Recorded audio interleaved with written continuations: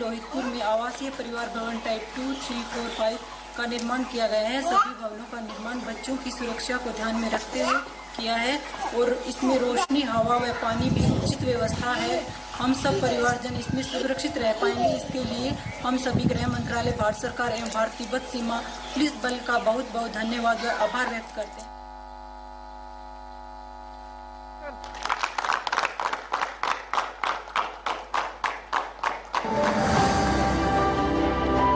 (27 battalion ITBP, नूरनाथ, Kerala)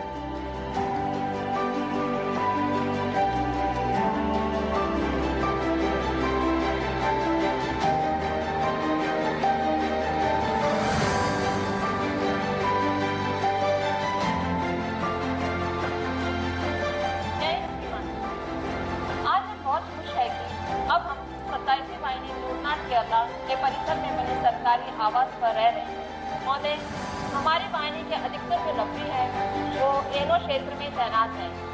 नक्सली प्रभावित क्षेत्र में तैनात होने के कारण उनके जो परिवार है वो यहीं पे रहते हैं। उनको हर तरह की सुरक्षा दी जाती है। उनको कोई भी समस्या हो तो हर समस्याओं का समाधान किया जाता है। महोदय, यहाँ पे हम सब बहुत ही सुरक्षित हैं। महोदय, अब मैं हम सब परिवारजनों के तहत आपको बहुत बहुत आभारी हूँ। जय हिंद श्रीमान। भारत माता की जय, भारत माता की जय, भारत माता की जय। 56 बटालियन ITBP, विशाखापट्टनम, आंध्र प्रदेश। नमस्कार महोदय, आज हमें बहुत खुशी हो रही है कि अब हम अपने परिवार के साथ 56वीं वाहिनी कैंप परिसर में बने सरकारी आवास में रह सकते हैं। यहाँ पर बिजली, पानी एवं मेडिकल की सुविधा बहुत अच्छी की गई है। अब हम अपने परिवार के साथ यहाँ पर निश्चिंत एवं सुरक्षित तरीके से रह सकते हैं। मैं यहाँ पर उपस्थित सभी परिवारजनों की तरफ से माननीय गृह मंत्री भारत सरकार को आभार व्यक्त करती हूँ। धन्यवाद महोदय।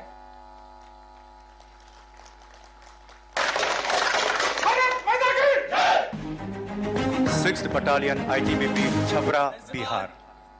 देश के यशस्वी केंद्रीय गृह एवं सहकारिता मंत्री आदरणीय श्री अमित शाह जी आज 6वीं वाहिनी भारत तिब्बत सीमा पुलिस बल छपरा को 120 बेड का हिमवीर बैरक का लोकार्पण किए हैं, जो अत्याधुनिक सुविधाओं से सुसज्जित है।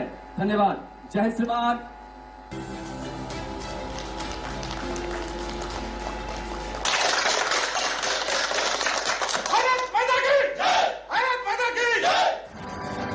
Sector headquarters ITBP, Likabali, Arunachal Pradesh.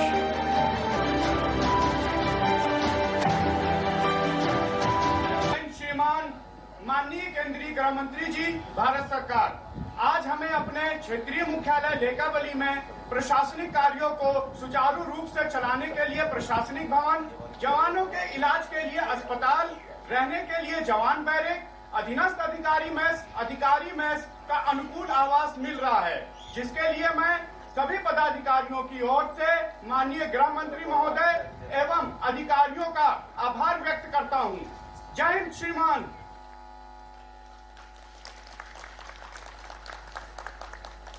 बहुत बहुत धन्यवाद। देवियों सज्जनों, अब हम बड़े ही आदर के साथ आज के इस भव्य कार्यक्रम के मुख्य अतिथि महोदय माननीय केंद्रीय गृह मंत्री श्री अमित शाह जी से निवेदन करते हैं, अपने आशीर्वचनों से हमें आह्लादित करें, हमारा मार्गदर्शन करें। माननीय केंद्रीय गृह एवं सहकारिता मंत्री महोदय।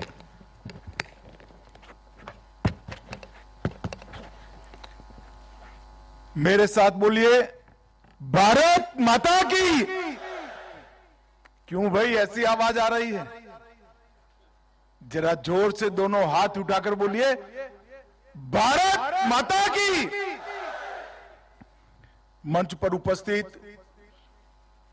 श्रीमान प्रेमा खांडू जी, जिनके नेतृत्व में अरुणाचल में विकास की बयार देखी जा रही है, हमारे उप मुख्यमंत्री अरुणाचल प्रदेश, गृह मंत्री अरुणाचल प्रदेश, मेरे मित्र और सांसद श्रीमान तापिर गांव जी, यहां की विधायक श्रीमती पुल, यहां के विधायक श्री वाघे, मेरे साथ दिल्ली से आए हुए भारत सरकार के गृह सचिव श्रीमान भल्ला जी, धर्मेंद्र जी, मुख्य सचिव अरुणाचल प्रदेश, अनीश दयाल सिंह, आईटीबीपी के डीजी महोदय, श्री सतीश गोलचा जी, डीजीपी अरुणाचल प्रदेश,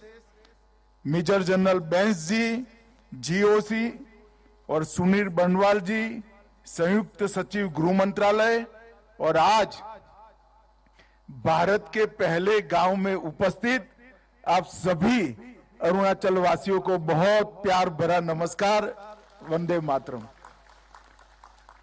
मित्रों, यहां आया तब रास्ते में वेदर कैसी होगी कैसी नहीं होगी, असम से उड़ते वक्त बीच में उतर जाना पड़ेगा ऐसी आशंका थी, मगर आप लोगों का प्यार ही है जो वेदर को भी ठीक कर दिया और मुझे भी यहां पर ले आया।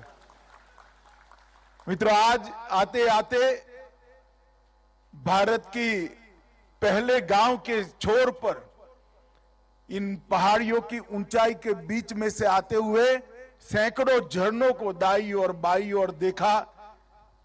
इस कुदरत की कृपा जो यहां पर है इसको देखा और मन संतोष और आनंद से हृदय से भर गया। मैंने यहां उतरते ही मेरे मित्र प्रेमा खांडू को कहा कि प्रेमा जी, आप यहां एक घर ले दीजिए, जब मैं बूढ़ा हो जाऊं तब यहां पर रहने के लिए आ जाऊं, ऐसा एक घर लेकर रख दो। साच अर्थ में भारत की सीमा के रखवाले ऐसे मेरे अरुणाचल के प्यारे भाइयों बहनों, आप सभी को बहुत बहुत नमस्कार और बहुत बहुत शुभकामनाएं। ये अरुणाचल हमारे वेदों में, पुराणों में, इतिहासों में भारत में सूर्यदेव का सबसे पहला किरण जिस धरती पर पड़ता है उसको भगवान परशुराम ने अरुणाचल का नाम दिया था। वहां से लेकर आज तक कश्मीर से कन्याकुमारी और द्वारिका से लेकर कामाख्या तक इतने बड़े देश में बच्चा बच्चा ये धरती को उगते सूर्य के प्रदेश के रूप में जानता है। और आज मैं यहां पर हूं जो भारत माता के माथे के मुकुट का एक तेजस्वी और दैदीप्यमान मणि है, वो धरती पर हूं। मैं आज सच अर्थ में यहां आकर बहुत प्रसन्न और खुश हूं। मित्रों, किबुथु की ये धरती जहां से भारत की शुरुआत होती है और एक गांव भारत की शुरुआत का गांव। प्रधानमंत्री जी ने पूरी बात को अलग तरीके से सम्मान के साथ रखा है। पहले जब मध्य भारत से कोई आता था तो कहता था कि मैं भारत के अंतिम गांव में जाकर आया, और अब जब यहां जैसे मैं वापिस जाऊंगा मेरी पोती को बताऊंगा कि मैं भारत के पहले गांव में जाकर आया हूं। ये जो कंसेप्चुअल चेंज है, ये दृष्टिकोण का जो बदलाव है, वो बदलाव माननीय प्रधानमंत्री जी के मन में सीमा पर कठिनाई का जीवन जीते हुए, हमारी देश की सीमाओं की सुरक्षा करते हुए हमारे जवान, हमारी सेना के जवान, हमारे सीमा सुरक्षा अलग अलग बलों के जवान और यहाँ के नागरिक जो सीमा की सुरक्षा करते हैं, उनके प्रति आदर और सम्मान का एक दृष्टिकोण है। मैं यहां आया हूं तब सबसे पहले किबुथु में जो 62 की लड़ाई में हमारे 21 अक्टूबर 1962 को तत्कालीन कुमाऊं रेजिमेंट के 6 अधिकारियों ने यहां पर जो बहादुरी से लड़ाई लड़ी और जिस वीरता के कारण भारत की भूमि की रक्षा हो पाई, इस सभी को मन पूर्वक स्मरण कर कर श्रद्धांजलि देना चाहता हूं। संख्या में तो वो छोटे थे, हथियारों में भी छोटे थे, मगर देश भर के और दुनिया भर के 1963 में टाइम मैगजीन में भी लिखा कि जो किबुथु में लड़ाई हुई, वो लड़ाई के अंदर भारतीय सेना के पास हथियार तो कम थे, मगर वीरता समग्र विश्व की सेनाओं से सबसे भरपूर वीरता थी तो भारतीय जवानों में थी। और मित्रों, आज पूरा देश निश्चिंत होकर सो रहा है, चाहे हमारी किसी भी सीमा हो, अरुणाचल का प्रदेश हो, लद्दाख का प्रदेश हो, कश्मीर हो या कोई भी प्रदेश हो, हम निश्चिंत होकर देश के मध्य भाग में, देश के उत्तरी भाग में सो रहे हैं। इसका कारण हमारे हिमवीर आईटीबीपी के जवान और हमारी थल सेना का पराक्रम और उनका त्याग और बलिदान है।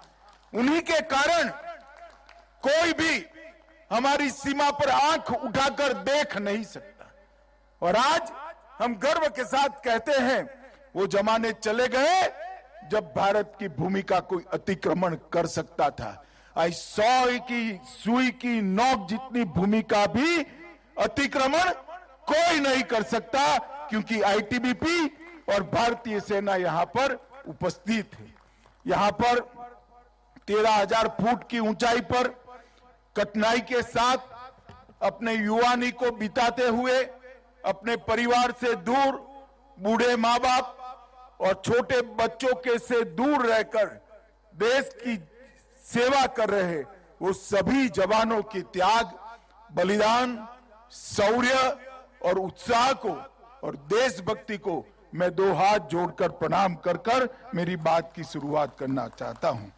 मित्रों, अरुणाचल में जब भी मैं आता हूं तब हृदय देशभक्ति से भर जाता है, क्योंकि कोई भी अरुणाचल वासी सामने मिलता है तो नमस्ते नहीं कहता है, वो जय हिंद बोलकर एक दूसरे का अभिवादन करते हैं।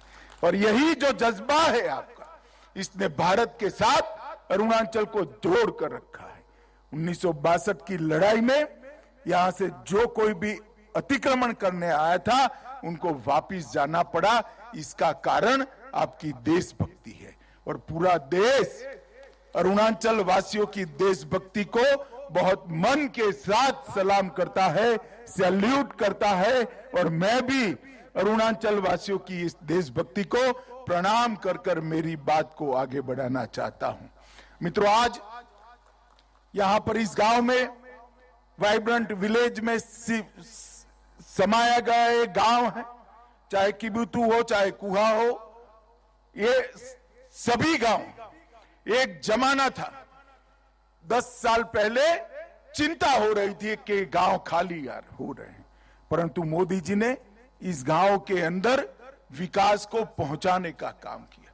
अभी मैं आते वक्त देख रहा था, महिला सेल्फ हेल्प ग्रुप की बहनों ने बनाई हुई चीजों को, सभी बहनों को रोजगारी मिले, इसके लिए भारत के सबसे पहले गांव पर, सीमा के सबसे पहले गांव तक रोजगारी पहुंचाने का काम ये भारतीय जनता पार्टी की नरेंद्र मोदी सरकार ने किया है।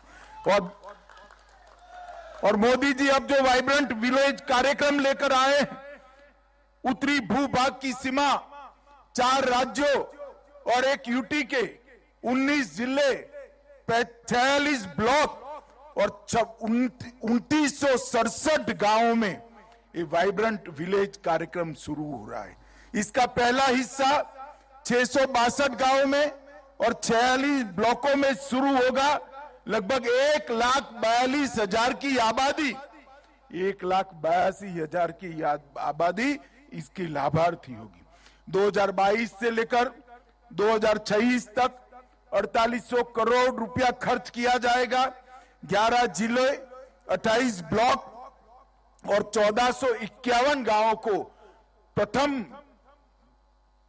स्टेज में, जो प्रथम हमारा चरण है, प्रथम चरण में समाहित किया गया है। इसमें 3 स्तर पर गांवों के विकास की काम है। सबसे पहले गांव के व्यक्ति का विकास। जब तक व्यक्ति का विकास नहीं होता तब तक गांव खाली होना बंद नहीं होगा। हर गांव में बसे हुए, हमारे वाइब्रेंट विलेज में बसे हुए हर व्यक्ति की सुविधाओं की चिंता भारत सरकार करेगी, अरुणाचल सरकार करेगी।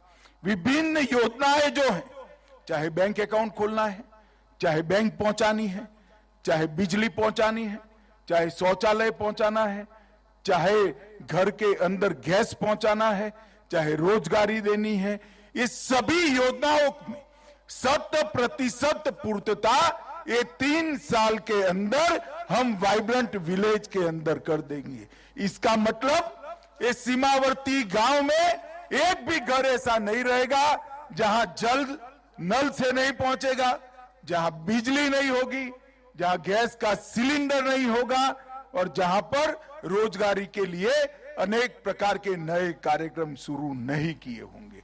यहां पर सस्ती दवाइयां भी मिलेगी, सस्ता चावल भी आप तक, मुफ्त चावल भी पहुंचाया जा रहा है। ये सारी योजनाओं की 100% पूर्तता इस वाइब्रेंट विलेज के अंदर होगी। इसके साथ साथ वित्तीय समावेशन और आर्थिक अवसरों को बढ़ोतरी देने का काम भी होगा। फिजिकल और डिजिटल दोनों कनेक्टिविटी से गांव को बाकी के भारत के हिस्से, बाकी के अरुणाचल के हिस्से से जोड़ने का काम होगा। एनर्जी सिक्योरिटी को, एनवायरमेंट की सिक्योरिटी को भी सुनिश्चित किया जाएगा।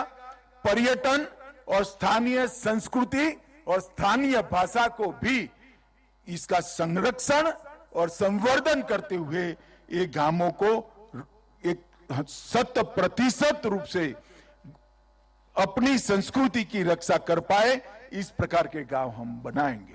इसका दूसरा लक्ष्य होगा पलायन रोकना। यहां पर रोजगारी की सारी सुविधाएं हम खड़ी होंगे। निर्जन गांवों में पुनर्वास होगा।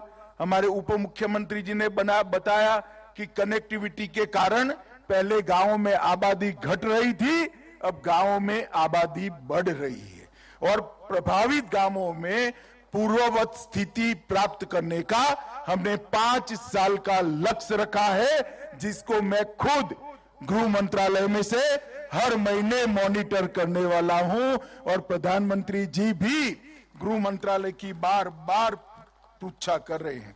और इसके साथ साथ तीसरा लक्ष्य है सीमावर्ती गांवों की मूलभूत इंफ्रास्ट्रक्चर।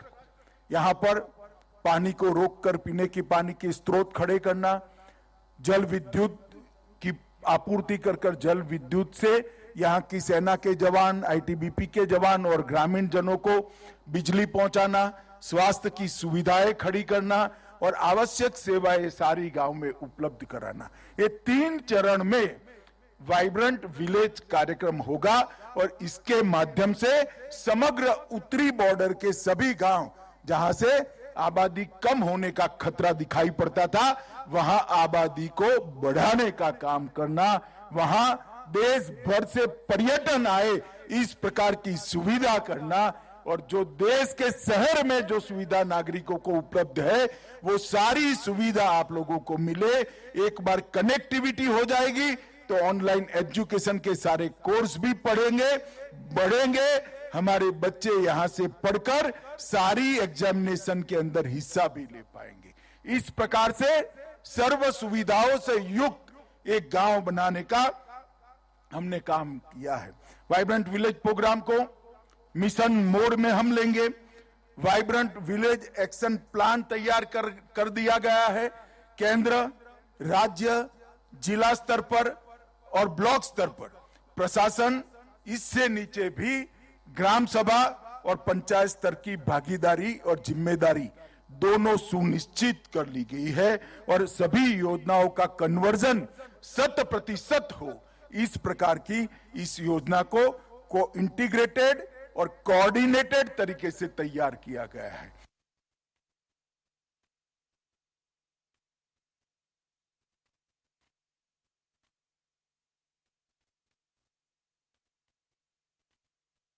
इस योजना को इंटीग्रेटेड और कोऑर्डिनेटेड तरीके से तैयार किया गया है।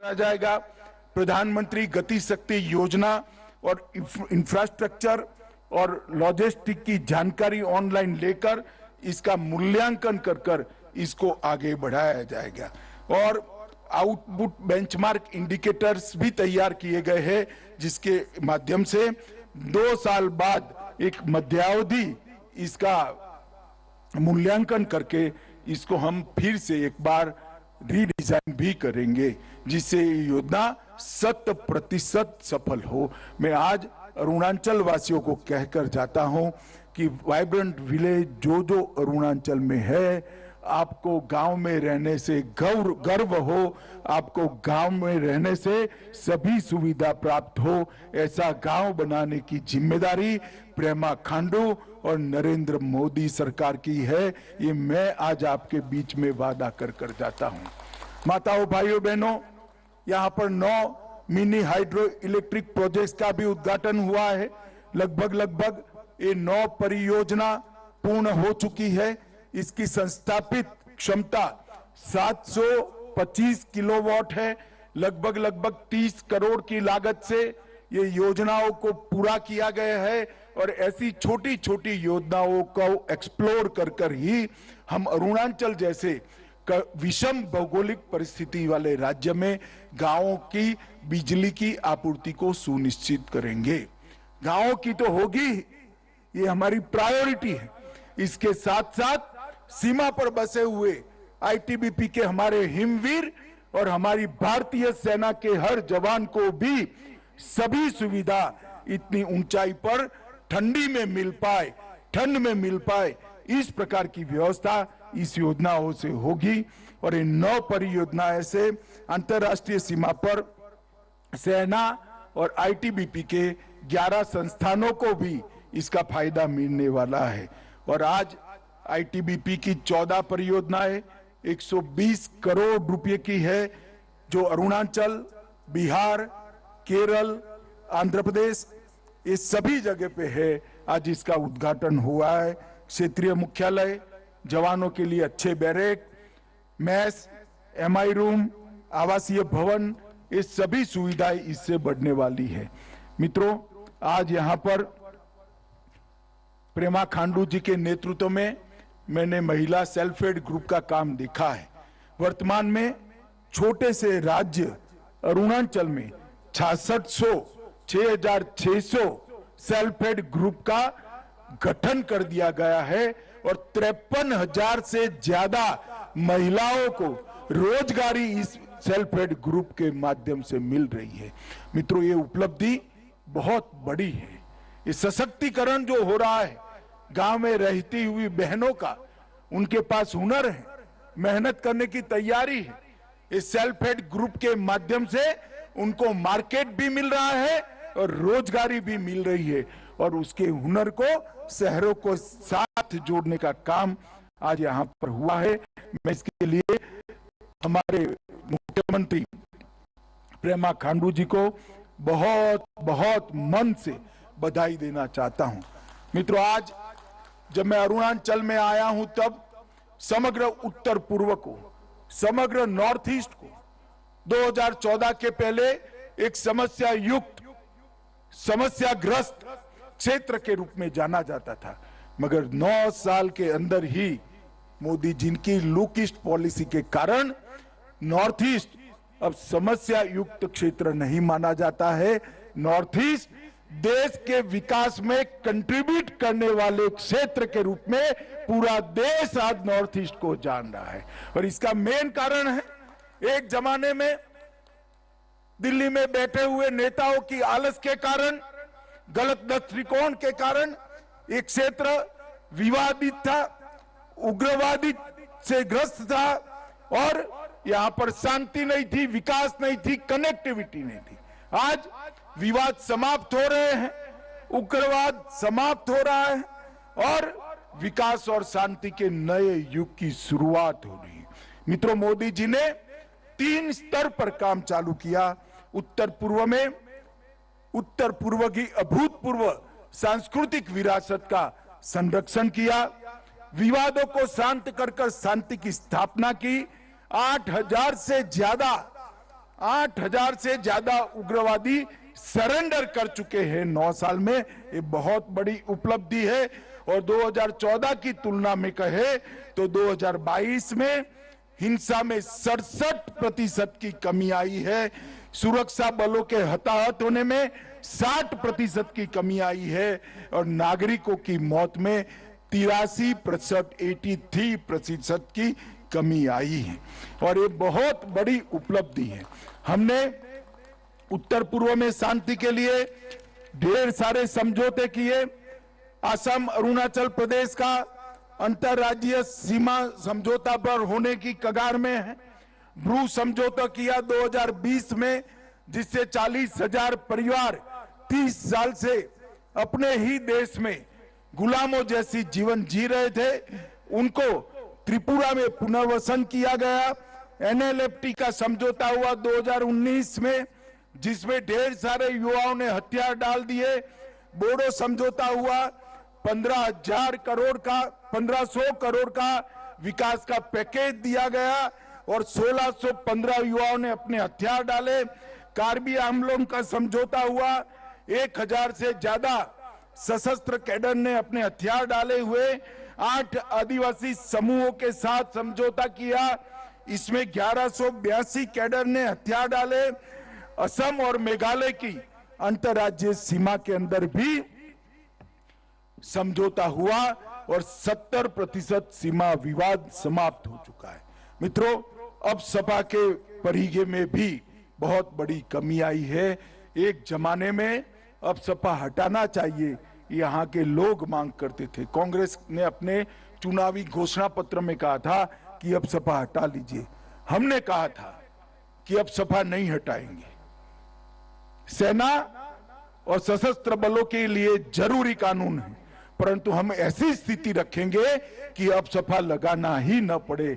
और आज मैं बड़े आनंद और गर्व के साथ कह रहा हूं, नॉर्थ ईस्ट के अंदर से अब सपा को हटा लिया गया है। आज अब सपा नहीं है और वो दिन दूर नहीं है कि समग्र उत्तर पूर्व के अंदर से अब सपा को हटा लिया जाएगा। सेना के जवानों का सम्मान हो रहा है, सशस्त्र बलों के जवानों का सम्मान हो रहा है और शस्त्र लेकर जो युवा घूमते थे, आज वो मेन स्ट्रीम में आकर मोदी जी के नेतृत्व में भारत के विकास के काम में लग गए हैं। ये हमारी नीति है।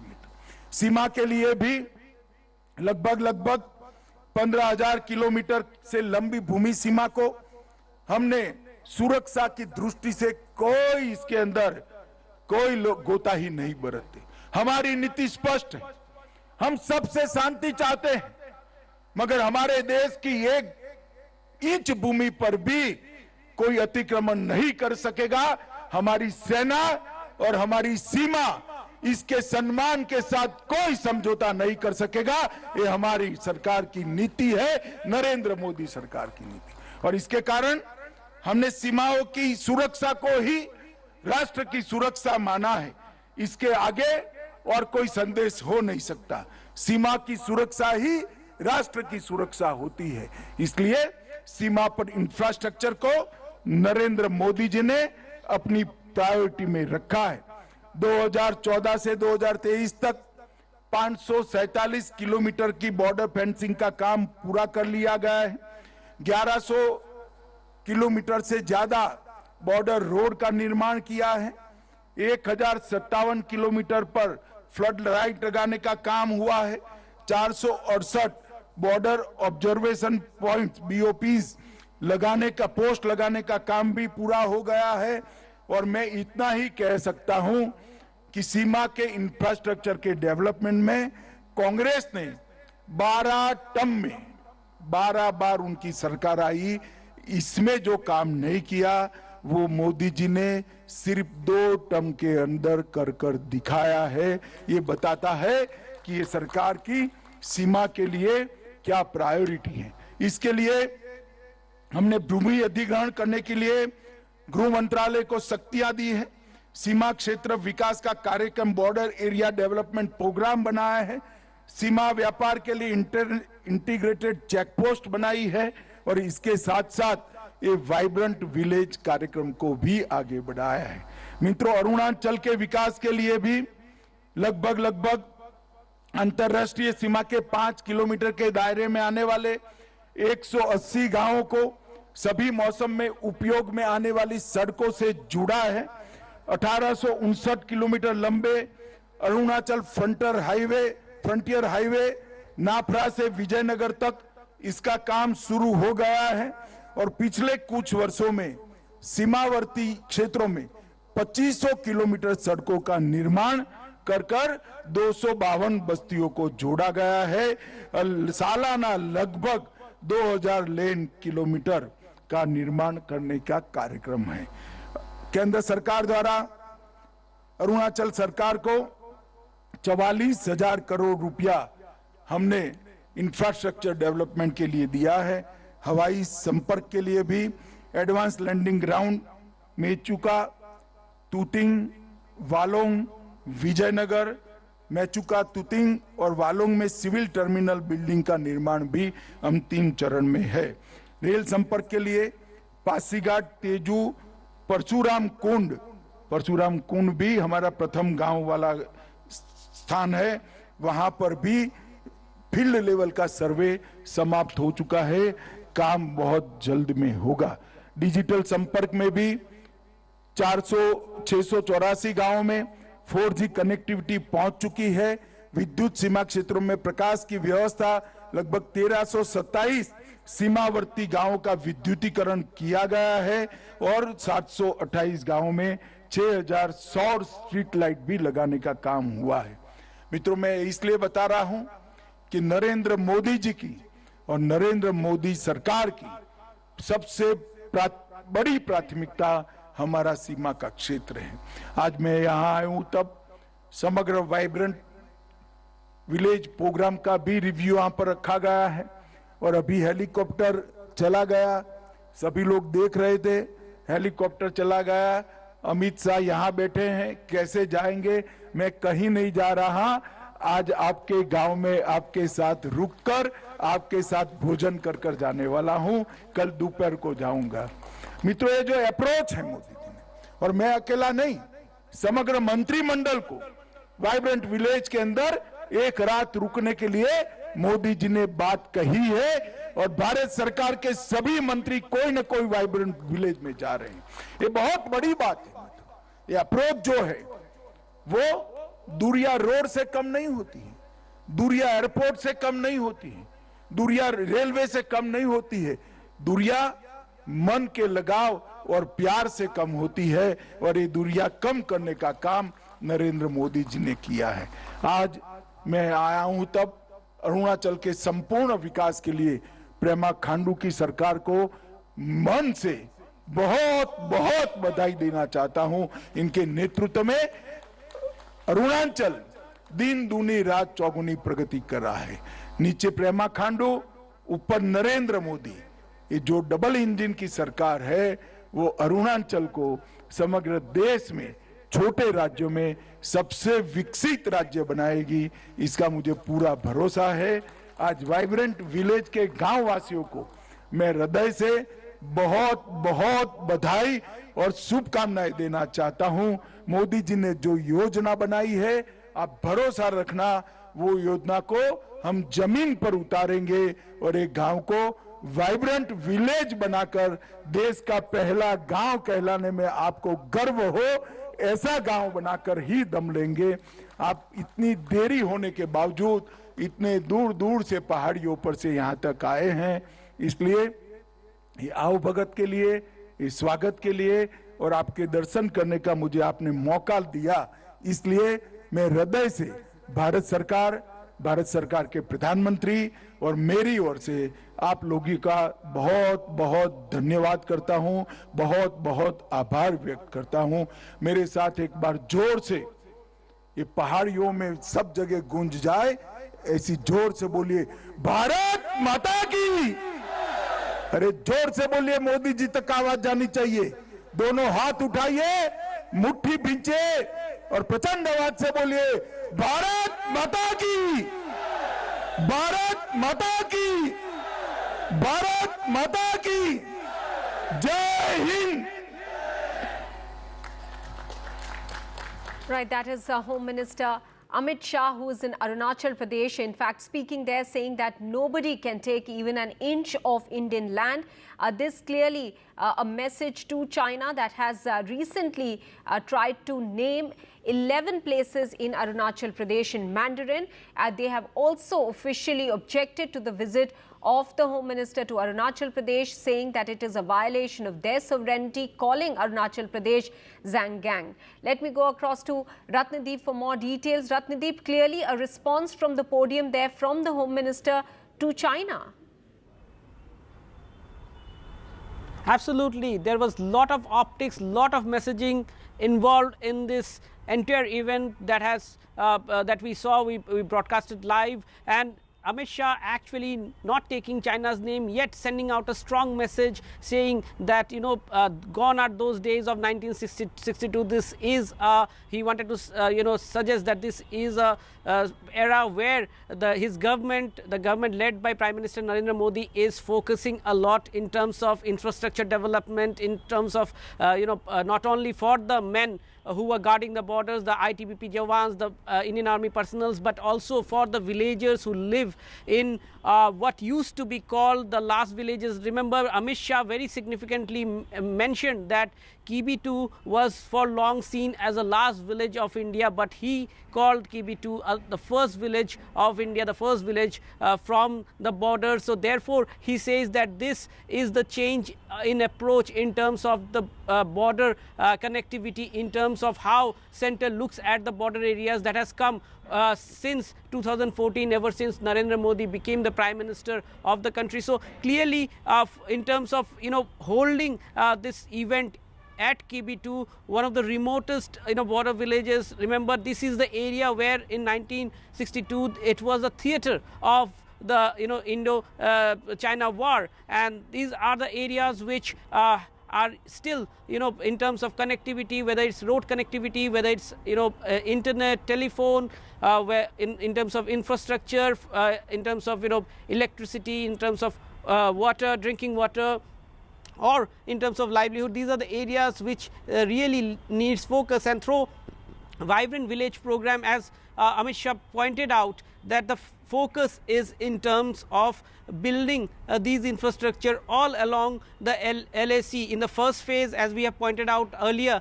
that there would be more than 600 villages which will be taken up in 5 different states and of course the Union Territory of Ladakh. But you know, in the first phase, the focus is more on Arunachal Pradesh, because in Arunachal Pradesh there will be more than 450 villages which would be taken up in terms of development of in the Vibrant Village program. And the focus first is to make sure that these villages have all-weather motorable road, they have electricity supply. In fact, in the sidelines of this program, inauguration of several mini microhydral projects have started. So this will be the local, energy generation, power generation infrastructure which is coming up along the border areas, which will provide, electricity not only to the border villages but also to the, the cantonments, the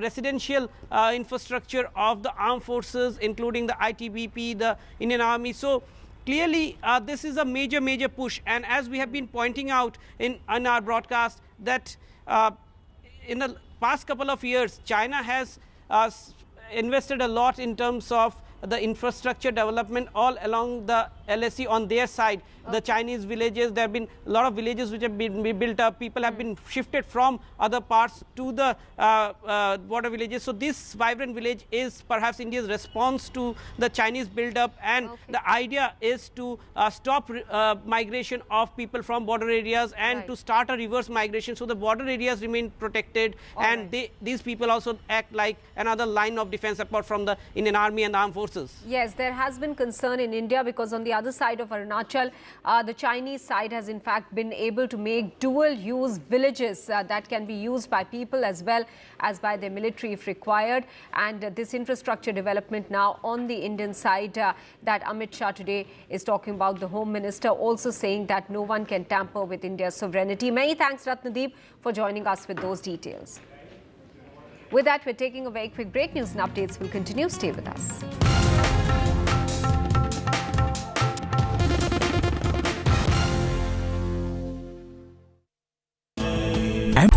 Debates are essential not just for journalism but for humanity. It ignites our mind, opens it up for counter-opinion. To hear all views, opinion of all hues. Which is why the oldest running debate show on Indian news television is not 23 years old, but young at 23. इस initiative को मैं अभिनंदन करता हूं कि सच को सच के रूप में पेश करने का उन्होंने साहस दिखाया. So let us begin the big fight. In a deeply polarized world, where space for disagreement is shrinking, where take it or leave it defines discourse, we take a step back. A debate has many facets, perhaps no one right answer. Left, right and center, conversations that get to the core of the debate. Left, right and center with me, Vishnu Shom, 9 p.m. on NDTV 24/7. This is NDTV. No noise, no shouting, and most importantly, no lies. Our lead story tonight. Big international story India is closely watching.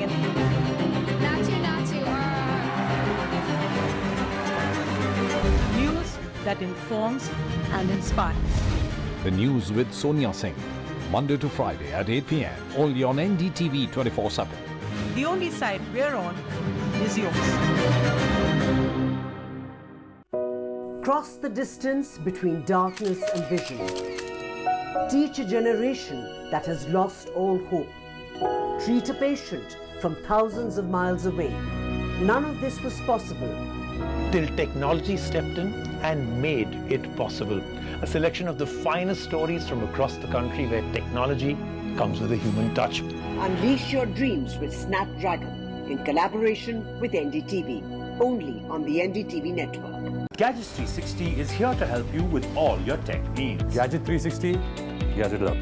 Gadgets 360, Gadgets Love. You too can get some gadget love with buying guides, expert reviews, and all the latest news on Gadgets 360.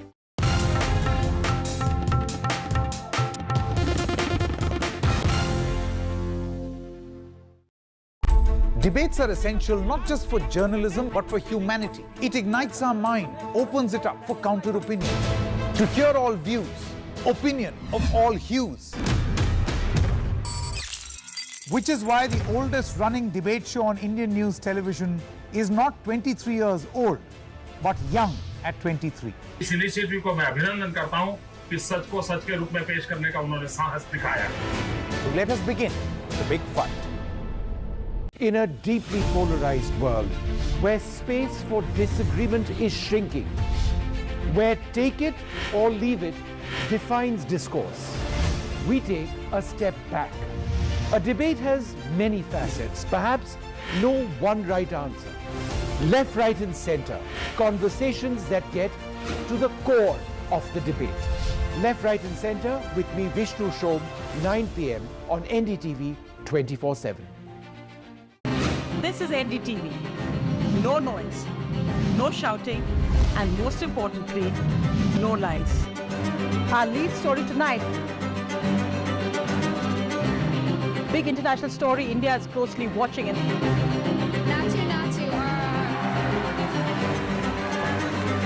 News that informs and inspires. The news with Sonia Singh. Monday to Friday at 8 p.m. only on NDTV 24/7. The only side we're on is yours. Cross the distance between darkness and vision. Teach a generation that has lost all hope. Treat a patient from thousands of miles away. None of this was possible till technology stepped in and made it possible. A selection of the finest stories from across the country where technology comes with a human touch. Unleash your dreams with Snapdragon in collaboration with NDTV, only on the NDTV network. Gadgets 360 is here to help you with all your tech needs. Gadget 360, Gadget Love. Gadgets 360, Gadgets Love. You too can get some gadget love with buying guides.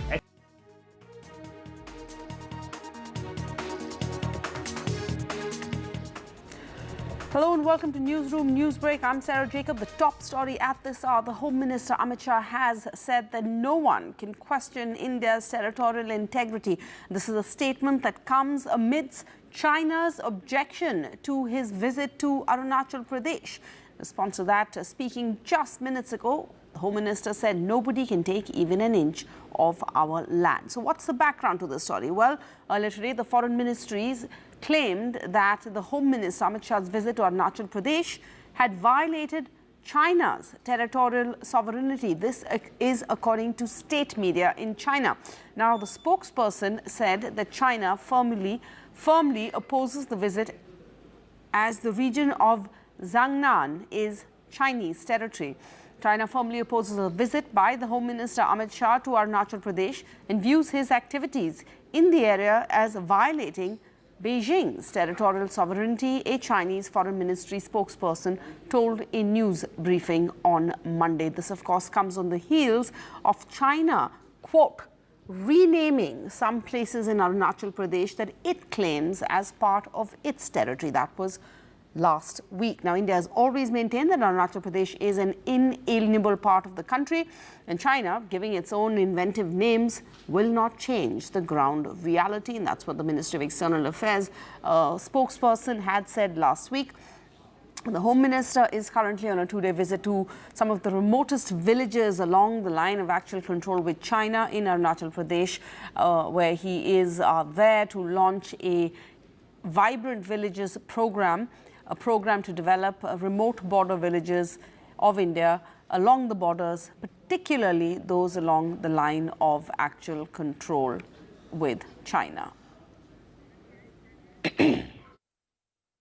आज पूरा देश निश्चिंत होकर सो रहा है, चाहे हमारी किसी भी सीमा हो, अरुणाचल का प्रदेश हो, लद्दाख का प्रदेश हो, कश्मीर हो या कोई भी प्रदेश हो, हम निश्चिंत होकर देश के मध्य भाग में, देश के उत्तरी भाग में सो रहे हैं।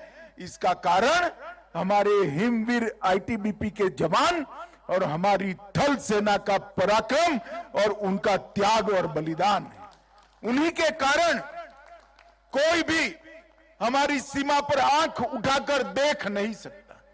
और आज हम गर्व के साथ कहते हैं, वो जमाने चले गए जब भारत की भूमि का कोई अतिक्रमण कर सकता था।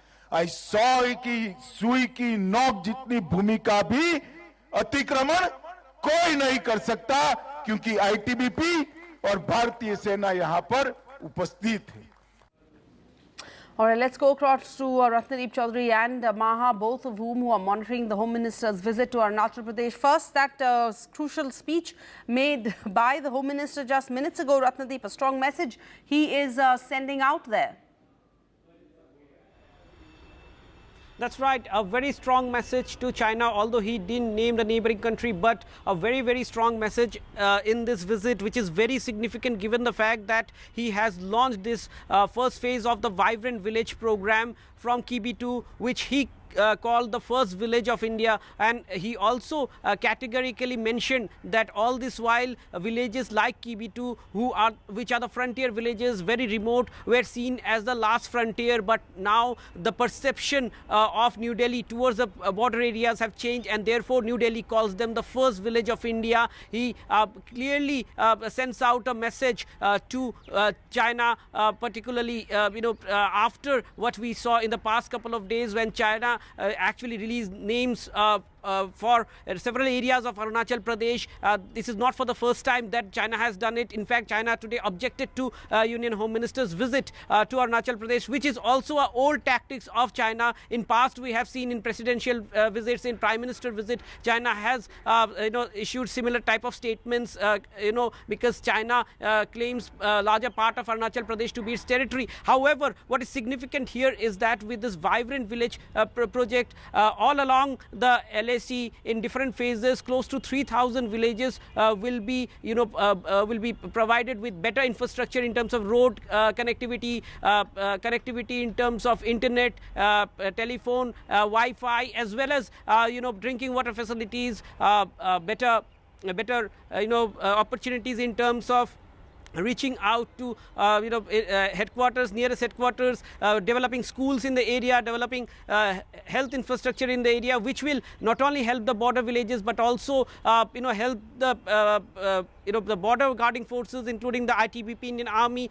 And the focus really in this phase-wise programs is to make sure that migration from the border villages don't take place. And at a certain level, New Delhi also wants livelihood programs to come up in this area, so that there is a reverse migration which takes place. Border villages remains populated, so that this population also act as a line of defense along with the Indian armed forces. So therefore, after military infrastructure, now developing civil infrastructure in this area is a key concern for New Delhi, and this project has been launched. Many watchers say that this is New Delhi's response to the over the years China's build up in the border areas on the other side of the LSC.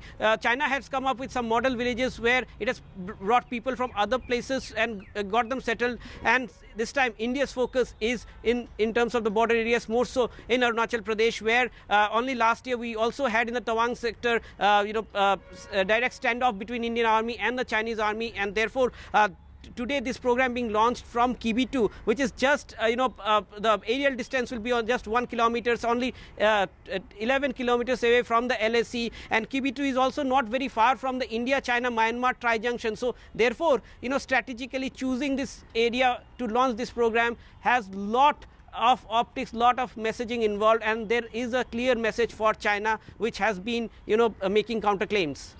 A clear message for China, Maha, but a lot of this really, the Indian government said this was a largely symbolic move. It doesn't really change anything on the ground, but doesn't it underline a hardening Chinese stance on the border issue, and it really rules out prospects? What does this mean for how one plans to resolve this progress when it comes to talks? That's absolutely right. Many analysts do believe that this is a hardening of stand that is being shown by China as it continues to, irk India by renaming some of the places in Arunachal Pradesh, this time around 11 places, which include some of the mountain tops, rivers and residential areas as well. It has carried out a similar exercise earlier on as well in 2017 and 2021. Both these times, like this time around, Sarah, India outrightly rejected this move by China and said that invented names will not change the reality on the ground. And the reality is that Arunachal Pradesh is an integral part of India. It's an inalienable part of India, as the Ministry of External Affairs has put it. But China continues to call Arunachal Pradesh South Tibet, and they have a name for that as well, Zangnan. They say that any visit there by the Indian dignitaries is a violation of their sovereignty, like they have done in the case of the visit of Amit Shah, the Home Minister, as well this time around. But India has said that this kind of move by China is clearly to try and create different realities on the ground. This is what sources even in the past have pointed out, that when China believes that when one sits down for the border talks, and remember the special representative talks have not happened for a long time because of the friction in eastern Ladakh that we have seen, which is in the western sector of the border between India and China, which we call the LAC. It is a perception, as is often called, and that is why when we see skirmishes between the two sides, when they say that either of the sides has violated the LAC, it is a perception. It is a line that is actually a perception, and therefore the Indian side says that we know exactly where our points are and we do not cross it. It is more often than not the Chinese side that violates it. But Arunachal Pradesh is at the moment tricky, not just for the fact that 11 places have been named in Mandarin, but also remember, during the talks with Bhutan, at the moment even that is a matter of concern for India, because not just Doklam, but we have seen Satseng, which is a sanctuary in Bhutan, which is very close to the Tawang border. That too is something that China is staking claim to. So in a sense, Arunachal Pradesh becomes even more sensitive, because there are not just one but multiple areas where China is trying to open up fronts to stake claim to a state that is an integral part of India. All right, Maha, Ratnadeep, thank you. We'll monitor the story through you. Let's move on to other news. from around the country. First, the fugitive radical Sikh preacher Amritpal Singh's close aide Punjab Singh has been arrested by the counter-intelligence agencies of the Punjab police from Punjab's Hoshiarpur. These two men were constantly seen together after their dramatic escape from a police dragnet in Jalandhar last month. They had then taken different routes to escape after reaching Hoshiarpur, and the arrest was part of a joint operation of the Punjab police and the special cell of the Delhi police. Amritpal Singh, who has evaded arrest so far, sought a meeting of Sikhs later this month, after which the Punjab police cancelled leaves of all cops in the state till Baisakhi celebrations, which is of course on the 14th of April. Now the separatist has asked the chiefs of the top Sikh body, the Akal Takht, to convene a Sarbat Khalsa gathering in Punjab's Bhatinda on the occasion of Baisakhi. Punjab Singh ਨੂੰ detain ਕੀਤਾ ਗਿਆ NSA ਦੇ ਵਿੱਚ ਗ੍ਰਿਫਤਾਰੀ ਜਿਹੜੀ ਪਏਗੀ NSA ਦੇ ਤਹਿਤ ਉਹ ਗ੍ਰਿਫਤਾਰੀ ਪਏਗੀ। ਇਸ ਤੋਂ ਇਲਾਵਾ ਇਹ 6 ਹੋਰ ਕੇਸਿਸ ਦੇ ਵਿੱਚ ਵਾਂਟਡ ਆ, जिसमें पप्पलप्रीत सिंह जो मेन एसोसिएट है अमृतपाल सिंह का, उसको पंजाब पुलिस ने खास करके अमृतसर रूरल पुलिस ने कत्थू नंगल एरिया है अमृतसर में, वहाँ से अरेस्ट किया है। पंजाब पुलिस ने इसको NSA में डिटेन किया है। इसके अलावा 6 और केसेस इस पे रजिस्टर्ड हैं, जो time to time as per legal process उस पर काम किया जाएगा बाद में। And just before the Rajasthan poll, Sachin Pilot has revived the war with Ashok Gehlot. Just months before elections in Rajasthan, the fault lines in the state's Congress unit seem to have come to the fore again on Sunday, as the party leader Sachin Pilot opened up a fresh line of attack on his rival, the Chief Minister Ashok Gehlot, announcing that he will sit on a one-day fast against corruption on Tuesday. Sachin Pilot is demanding that the Gehlot government act against the alleged corruption of the previous BJP government led by Vasundhara Raje. He's also added that the government had failed to act against the excise mafia, illegal mining, land encroachment and the Lalit Modi affidavit case.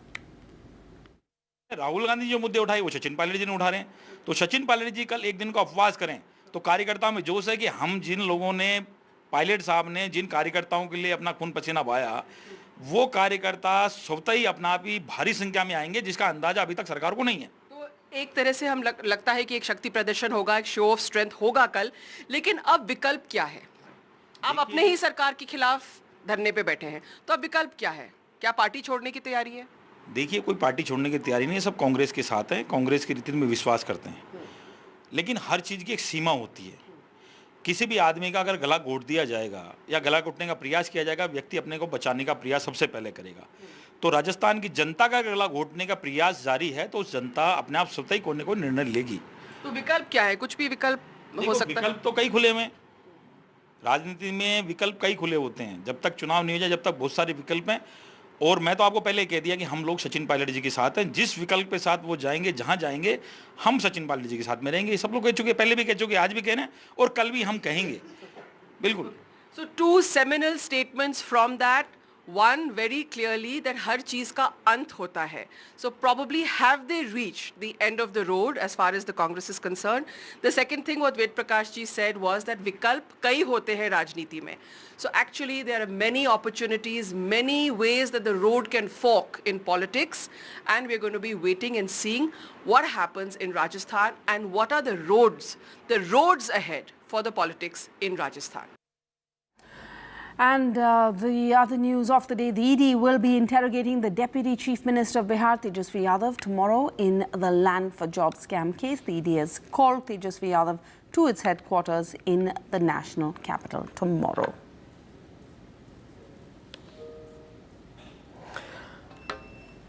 And talking about assembly elections. Now, assembly elections are due within a month, and the political row over the entry of Amul, the Gujarat state milk cooperative brand, in the Karnataka market has political implications for the ruling BJP, as it stands to alienate a crucial electoral vote bank.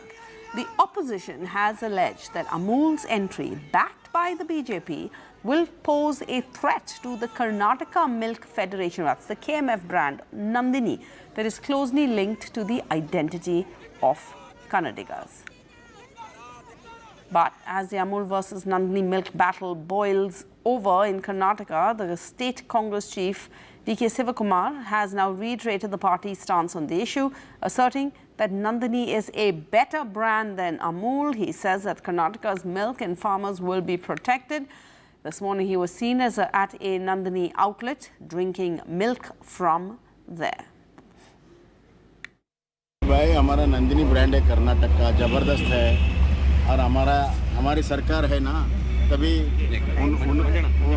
उनका कांग्रेस के सरकार में procurement कम था, हमारा double हो गया है, production double हो गया, मार्केट डबल है और हम पूरा देश भर हम ये कर रहे हैं। ये चुप्पी इलेक्शन के टाइम पे ये राजनीति कांग्रेस और जेडीएस कर रहे हैं, इस बातों में कुछ मतलब नहीं है।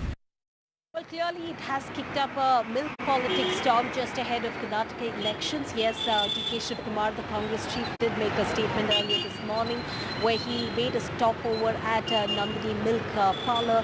In fact, he was also checking the products of Nandini. As far as this particular controversy is concerned, he was standing in solidarity with the farmers of Karnataka. He was trying to make a political statement out there. But on the other hand, you also have in the last few days, this is right after where Amul went on to make that announcement on Twitter saying that Amul Taza is going to make a fresh entry, especially into Bengaluru market. That's when things went, haywire, where you had both the JDS and the Congress at loggerheads, especially at the BJP, the ruling government here, talking about how especially the BJP is trying to ruin the livelihoods of the farmers and killing the local, the homegrown brand Nandini as well. But however, on the other hand, you have the BJP government, in fact, trying to reason, saying that their production has increased, especially the BJP ruling, and also the subsidies, given to especially the farmers have also increased. But they're only saying, they're trying to reason, saying that Amul is not entering the market full-fledged. But what we do know from, the sources and also reports that are suggesting is that the Gujarat brand, especially Amul, is trying to enter the Bengaluru market, especially at first as far as the e-commerce platforms are concerned. But what really are the larger plans, that is still not known yet. But clearly this has kicked up a huge political storm over here. And on the other hand, you also have especially the hotel associations who have chosen to boycott and protest against the Karnataka government, the BJP government, and stand in solidarity with the farmers of Karnataka by boycotting Amul products. And the incumbent BJP minister Muniratna is in the dock again, this time for distributing freebies in the form of saris in the Raja Rajeshwari Nagar constituency that he represents. Now, election officials are reported to have registered a complaint against him for violating the Model Code of Conduct. It's in less than 2 months. There have already been 3 FIRs registered against him. Clearly a repeat offender, and an FIR naming the Karnataka minister Muniratna as an accused was registered on Sunday after saris were found with his photo on them. The saris were discarded near the Global Institute of Technology. And recently, the police had booked the BJP minister over allegations of hate speech. The Model Code of Conduct came into place in Karnataka on the 29th of March in light of the upcoming assembly polls. We're going to go in for a short break, but there's much more coming up on the other side, so don't go away.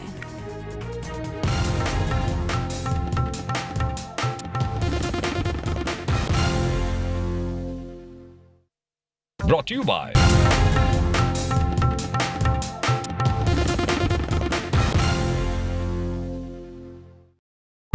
Debates are essential not just for journalism but for humanity. It ignites our mind, opens it up for counter-opinion. To hear all views, opinion of all hues. Which is why the oldest running debate show on Indian news television is not 23 years old, but young at 23. इस initiative को मैं अभिनंदन करता हूं कि सच को सच के रूप में पेश करने का उन्होंने साहस दिखाया। So let us begin the big fight. In a deeply polarized world, where space for disagreement is shrinking, where take it or leave it defines discourse, we take a step back. A debate has many facets, perhaps no one right answer. Left, right and center, conversations that get to the core of the debate. Left, right and centre with me Vishnu Shom, 9 p.m. on NDTV 24/7. This is NDTV. No noise, no shouting, and most importantly, no lies. Our lead story tonight. Big international story. India is closely watching it.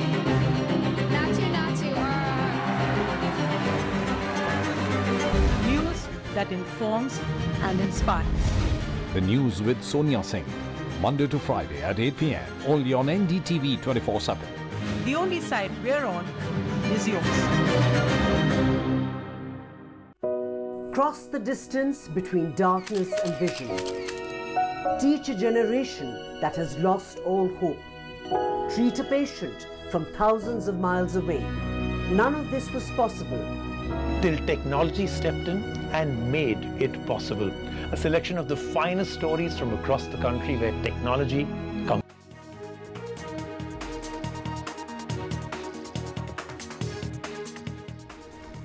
Welcome back. Let's get you some news from around the country now, with the DMK government moving a fresh resolution against the Tamil Nadu governor N. Ravi for allegedly not clearing bills passed by the state assembly. The chief minister M.K. Stalin has now said that the governor is functioning against the welfare of the people. Speaking in the state assembly, M.K. Stalin said that this is the second resolution I'm bringing against the governor. The Sarkaria Commission had said that the governor should be a detached figure. Dr. Ambedkar has said that the governor should not interfere within the authority of the state government. He added that our governor is not ready to be a friend of the people. The Tamil Nadu minister Duraimurugan also moved a resolution in the state assembly urging the central government and the president to immediately issue appropriate instructions to the Tamil Nadu governor to give assent to the bills passed by the assembly within a specific period of time. The 21 bills as we speak are pending with the governor for assent, and one particular bill that is so much keenly watched, the bill that aims to ban online gambling and regulate a set of online games. This after at least 40 people died by suicide across Tamil Nadu after losing large sums of money to online gambling. And the governor, although had accepted and promulgated the ordinance on this earlier, he had not signed or given assent to the bill. Once he returned asking a few queries, even after giving or responding to those queries and passing it yet again in the floor of the House, the governor has not yet given his assent. And it's in this context, his comments had touched a raw nerve, and Tamil Nadu Chief Minister M.K. Stalin has now moved the resolution. He is now taking this battle, the larger allegation made by non-BJP ruled opposition states, where governors are being alleged to be behaving like spokespersons of the ruling BJP at the center. And through this resolution, he is trying to make the allegation in a formal way, more formal way. And he is urging the president and the union government to stipulate a time frame for governors across India to be giving assent for bills. And he's also asking for, or urging them to specifically instruct the Tamil Nadu governor to instruct him to sign the bills or give assent to the bills in a specific time frame. And the tussle has been going on for quite some time. Earlier, the governor had made controversial remarks in terms of the Tamil language, Sanatan Dharma, and also in terms of suggesting a name change for the state of Tamil Nadu from the present name to Tamilagam. That had again touched a raw nerve. At one point, the state cabinet had even turned down his invite for the at-home reception at Raj Bhavan.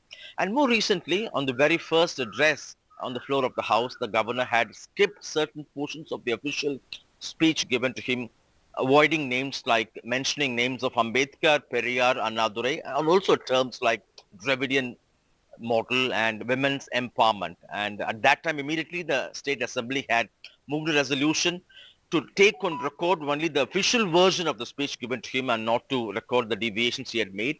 So a formal attempt being made now, and we'll have to wait and see whether this time there would be any response in terms of instruction for the Tamil Nadu governor. But earlier, although the chief minister had written to the president asking for her intervention in this matter, nothing seems to have done so far from the president's office.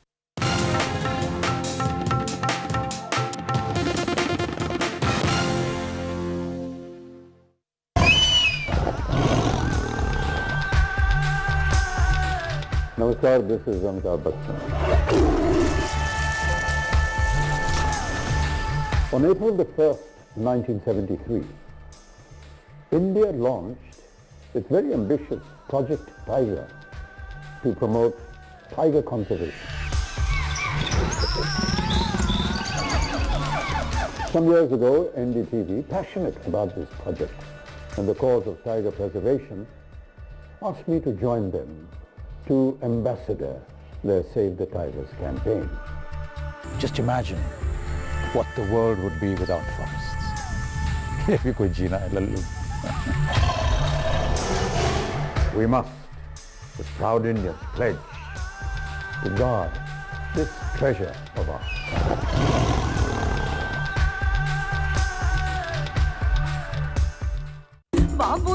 Gadgets 360 is here to help you with all your tech needs. Gadget 360, Gadget Love. Gadgets 360, Gadgets Love. You too can get some gadget love with buying guides, expert reviews, and all the latest news on Gadgets 360.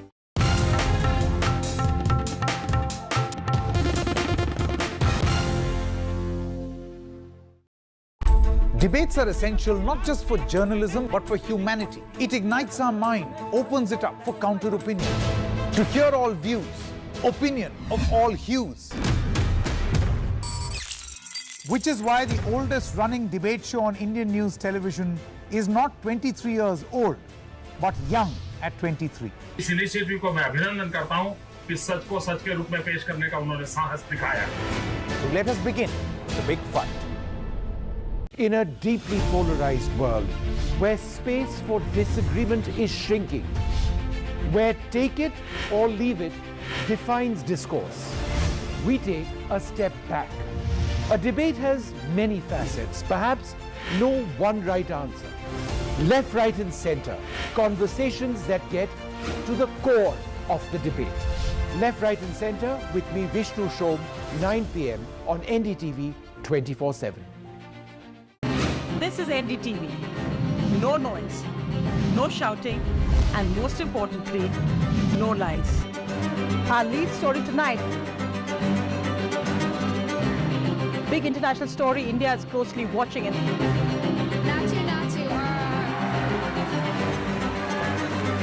News that informs and inspires. The news with Sonia Singh. Monday to Friday at 8 p.m. only on NDTV 24/7. The only side we're on.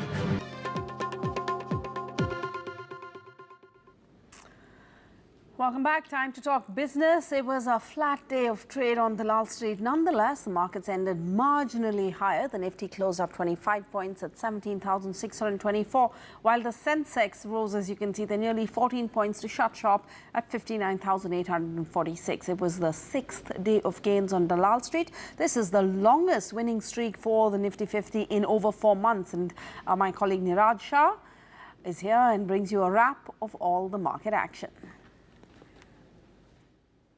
Hi, Sarah. Well, it was a bit of a nothing kind of a day. You know, it almost seemed as listless as Thursday was, wherein if there was a pause, then the market should have given a really sparkling rally. That didn't happen.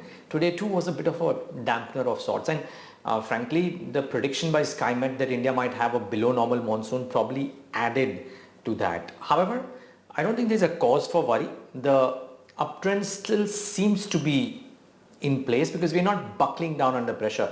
Bad news is not leading to a large sell-off, which is actually a good thing.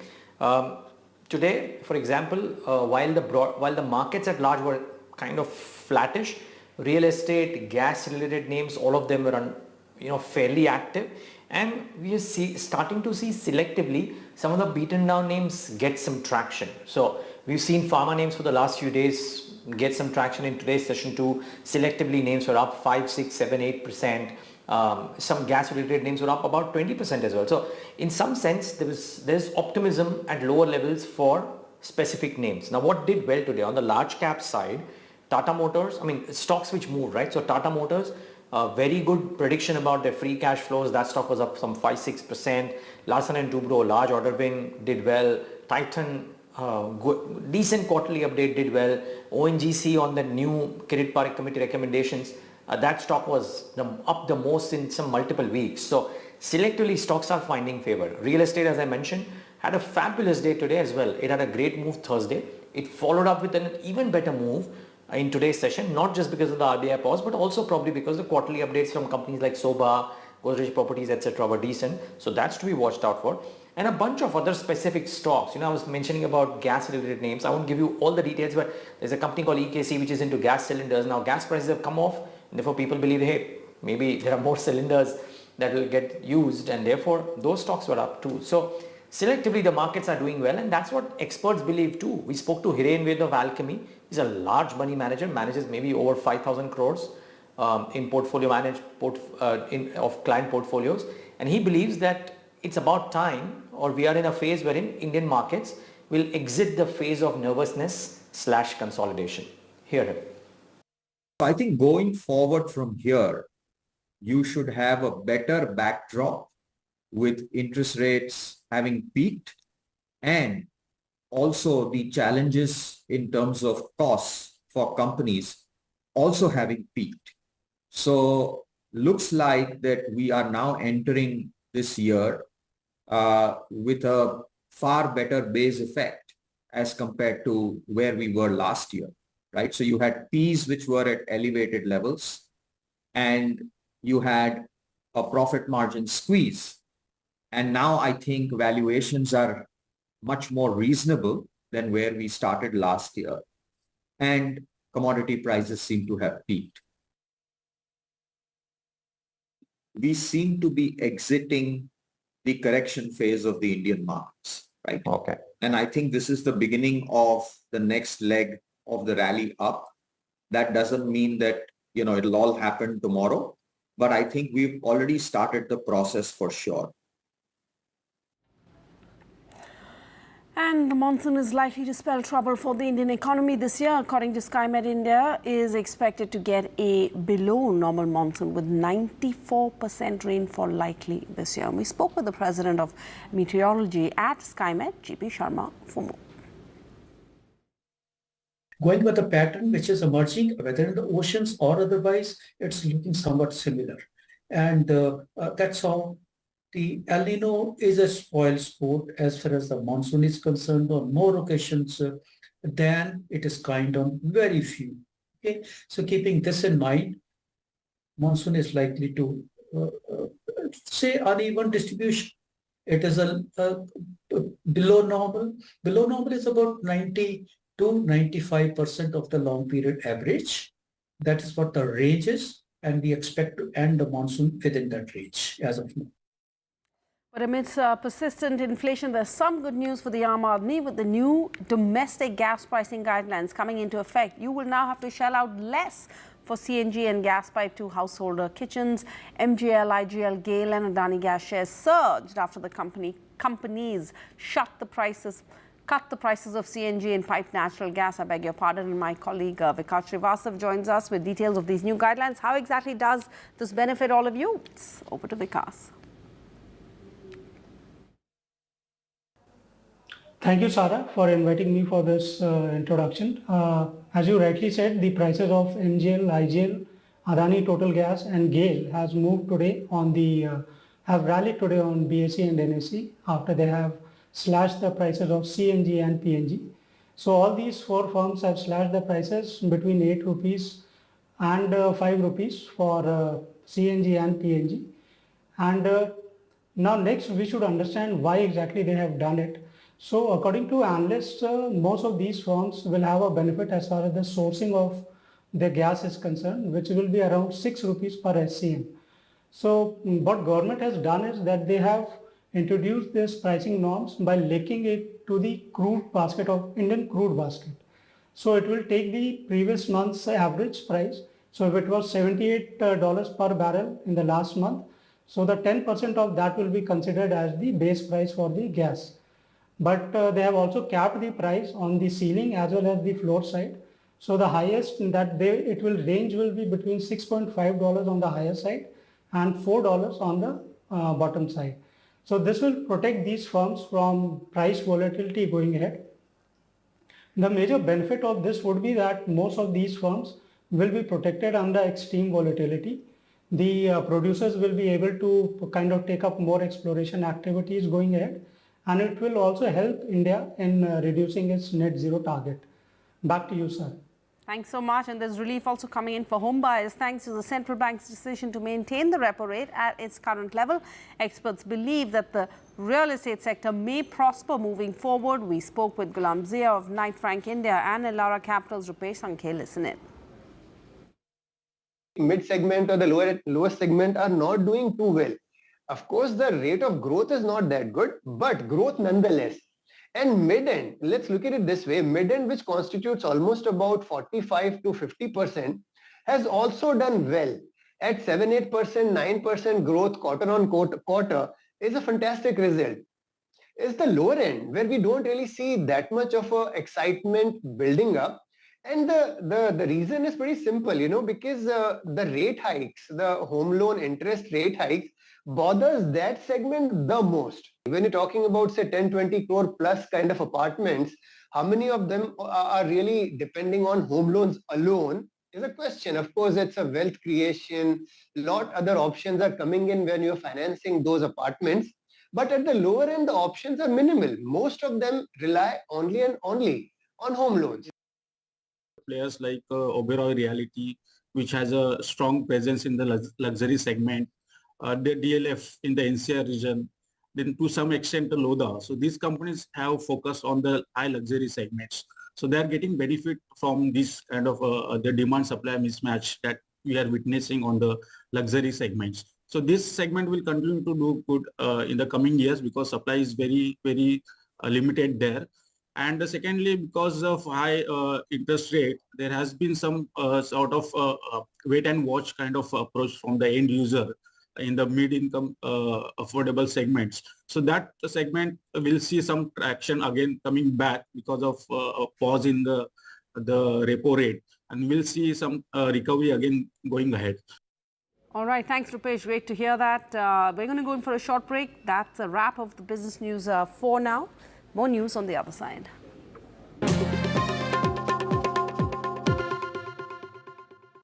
Jitna. Cross the distance between darkness and vision. Teach a generation that has lost all hope. Treat a patient from thousands of miles away.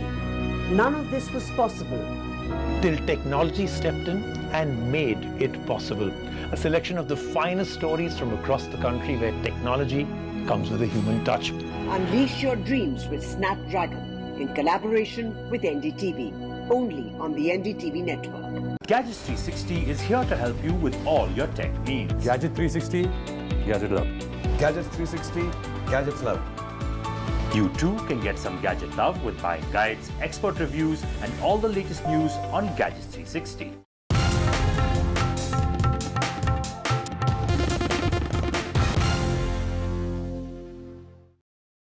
Debates are essential not just for journalism but for humanity. It ignites our mind, opens it up for counter-opinion. To hear all views, opinion of all hues. Which is why the oldest running debate show on Indian news television is not 23 years old, but young at 23. इस initiative को मैं अभिनंदन करता हूं कि सच को सच के रूप में पेश करने का उन्होंने साहस दिखाया. So let us begin the big fight. In a deeply polarized world where space